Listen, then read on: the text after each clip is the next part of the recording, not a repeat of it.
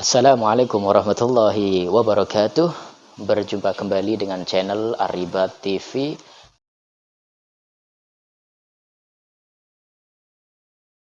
Jangan lupa disubrek. Di dalam video atau konten kali ini saya akan sedikit memberikan reaction video, yaitu tentang apa yang disampaikan oleh Al-Ustadz Firanda Andirja. Mungkin kita semua kenal ya.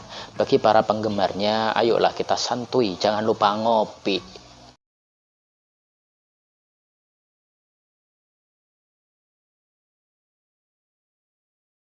Jangan lupa ngopi dulu biar nggak emosi, biar nggak darah tinggi.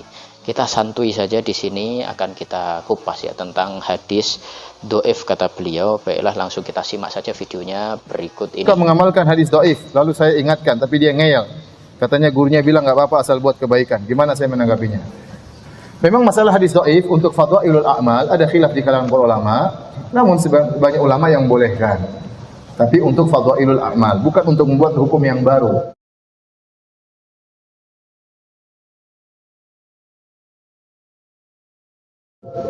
Jadi amalannya sudah ada. Contoh, misalnya sholat duha sudah ada amalnya atau tidak? Ada, hadisnya sahih banyak. Tetapi ada faedahnya.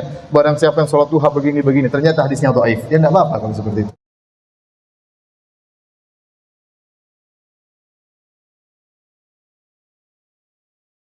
Diriwayatkan, tapi disebut dengan diriwayatkan untuk memberi kesan ini hadisnya dhaif, untuk kasih tahu hadisnya dhaif.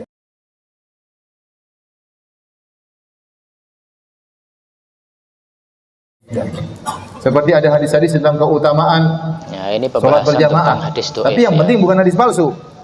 Jadi para ulama mengatakan boleh Hadis-hadis meriwayatkan keutamaan hadis yang sholat dhaif. berjamaah. Syaratnya pertama tidak boleh syadidul dha'af, tidak boleh dhaifnya parah, tidak boleh. Apalagi palsu, nggak boleh sama sekali. Tidak boleh Anda meriwayatkan hadis palsu. Ya, dengarkan ya teman-teman salafi.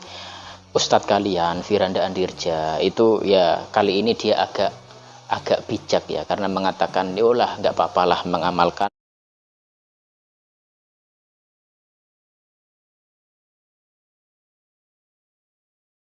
hadis doif untuk fadhailul a'mal, mengamalkan karena banyak sekali ulama di situ yang memperbolehkan. Baiklah, di sini akan saya kutip ya, ada beberapa pendapat tentang hadis doif, yaitu akan saya ambil pendapat-pendapatnya dari ulama madzhabul arba'ah, yaitu dari madzhab Hanafi, madzhab Maliki, Syafi'i dan Imam Ahmad bin Hambal. Yang pertama akan saya sampaikan adalah dari madzhab Al-Imam Abu Hanifah atau Imam Hanafi. Wa in kanat dha'ifatan lil amali bil hadis ad-dha'if fi fadhailil a'mal. Meskipun hadis dhaif, maka di dalam hadis dhaif itu boleh diamalkan untuk keutamaan atau fadhailul a'mal. Itu ditulis di dalam kitab Durar Al-Hukam. Kemudian di kalangan Maliki atau mazhab Maliki, wa qad ittafaqa al ulama'u ala jawazil amal bil hadits ad-dhaif fi fadhailil a'mal wa tinaman lis-sawabi al-waridi, yaitu bahwasanya sungguh ulama-ulama telah bersepakat bahwasanya mengamalkan hadis dhaif ya, mengamalkan hadis dhaif itu hukumnya boleh untuk fadhailul a'mal. Fadhailul amal itu apa? Keutamaan ibadah. Nah, itu bisa dan boleh ya diamalkan untuk itu. Gunanya apa? Untuk meraih pahala. Meraih pahala atau motivasi untuk melaksanakan itu. Ditulis di dalam kitab Mawahib Al-Jalil.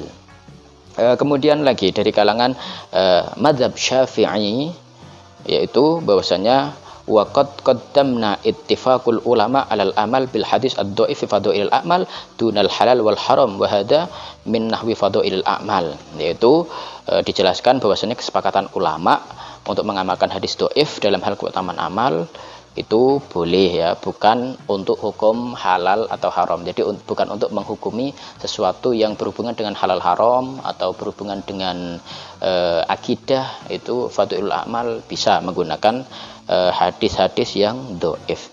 Yang terakhir yaitu mazhab Hambali, wa fala ba'sa li jawazil amal bil hadis ad-dhaif fi fadhailil a'mal. Maka boleh mengamalkan hadis dhaif dalam fadhailul amal. Di sini berkata Syekh Taqiyuddin ya, Syekh Taqiyuddin berkata al-amal bil khairi, ya Allah, mana sih, al amal bil khabari ad-dhaif bimakna anna nafsa tarju dzalika thawab au takhafu dzalikal iqab wa misluhu at-targhib wa tarhib wal manamat. Yaitu Al-Imam Taqiyuddin mengatakan bahwasanya seseorang apabila menginginkan pahala dan takut dengan dosa, demikian pula untuk fadhailul a'mal, motivasi untuk melakukan suatu ibadah atau dorongan menjauhi dosa. Jadi menggunakan hadis-hadis yang walaupun dhaif itu tetap diperbolehkan. Maka apabila ada pendapat-pendapat daripada Salafi Wahabi, karena banyak ya di luar sana itu Salafi Wahabi yang sangat menolak sekali hadis dhaif, maka harus belajar kembali. Mudah-mudahan ini manfaat.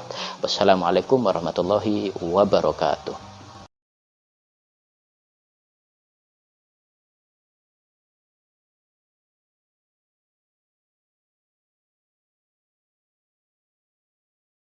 Semua ulama sepakat hadis lemah tidak boleh dipakai dalam masalah akidah dan hukum. Yang menjadi perselisihan ulama adalah bolehkah mengamalkan hadis lemah dalam masalah fadilah amal. Sebagian mengatakan boleh, sebagian mengatakan tidak boleh. Al-Hafidz Ibnu Hajar dalam kitab Tabyinul Ajab fi ma warada fi fadli Rajab di halaman 3 berkata, hadis yang lemah boleh diamalkan dalam masalah fadilah amal apabila memenuhi 3 syarat. Syarat yang pertama, kedhaifannya tidak berat. Syarat yang pertama, kedhaifannya apa? Tidak berat. Syarat yang kedua, tidak boleh diyakini sebagai sunnah Nabi karena hanya sebatas kehati-hatian saja. Dan syarat yang ketiga kata beliau, tidak boleh dimasyhurkan. Tidak boleh apa? Dimasyhurkan, tidak boleh. Sementara Ali Al-Qari menambahkan syarat yang keempat, yaitu bahwa hadis lemah boleh dipakai dalam fadilah amal apabila asal amalnya itu ditunjukkan oleh hadis yang sahih. Contoh misalnya, keutamaan tentang siwak. Siwak ditunjukkan oleh hadis-hadis yang sahih. Tapi kemudian kita menemukan ada hadis yang lemah yang menyebutkan tentang keutamaan siwak tersebut. Maka kita boleh mengamalkannya. Kenapa? Karena asal amal itu ditunjukkan oleh hadis yang sahih. Ya. Ikhwata Islam azakumullah ya. Nah, perhatikan baik-baik. Ini pendapat jumhur ulama.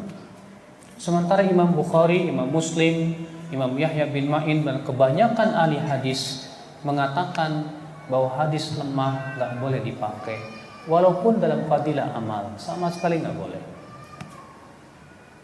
Alasannya apa? Karena hadis lemah, seringan-ringannya hadis lemah tetap menghasilkan keraguan. Bapak tahu tidak, kapan suatu hadis itu disebut dengan hadis yang lemahnya ringan?